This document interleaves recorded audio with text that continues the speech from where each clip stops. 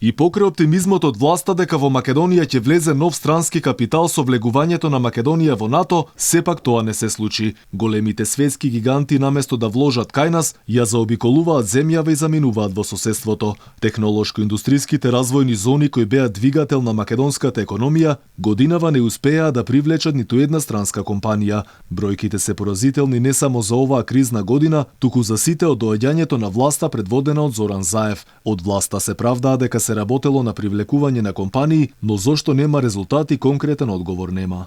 Имаме неколку инвеститори кои што веќе ги заокружуваат активностите за градба и кои што треба да почнат со конкретна работа.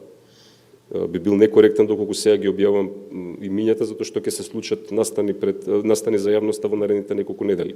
Инаку, повторно кажем, покрај тие што ќе почне со работа, има уште тројца со кои што подпишуваме, но се завршивме преговори за склучување на договори за државна помош. И додека кај нас се уште се преговара и договара, во соседна Србија јапонскиот гигант Тојо почнува со градба на нова фабрика за производство на гуми од автомобилската индустрија, вредна 44 милиони евра со над 550 нови работни места.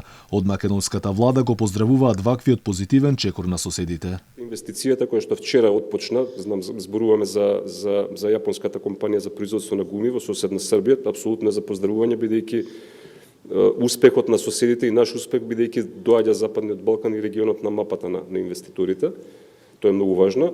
Во новата стратегија на власта економските зони стануваат еден од приоритетите. Ќе се привлекуваат нови странски, но ќе се мотивираат и домашни инвеститори од кои ќе се очекува да делат и по високи плати. Инаку во моментот во зоните работат на 14.000 луѓе, а платите кои тие ги земаат се за 5,5% пониски од просечната во државата.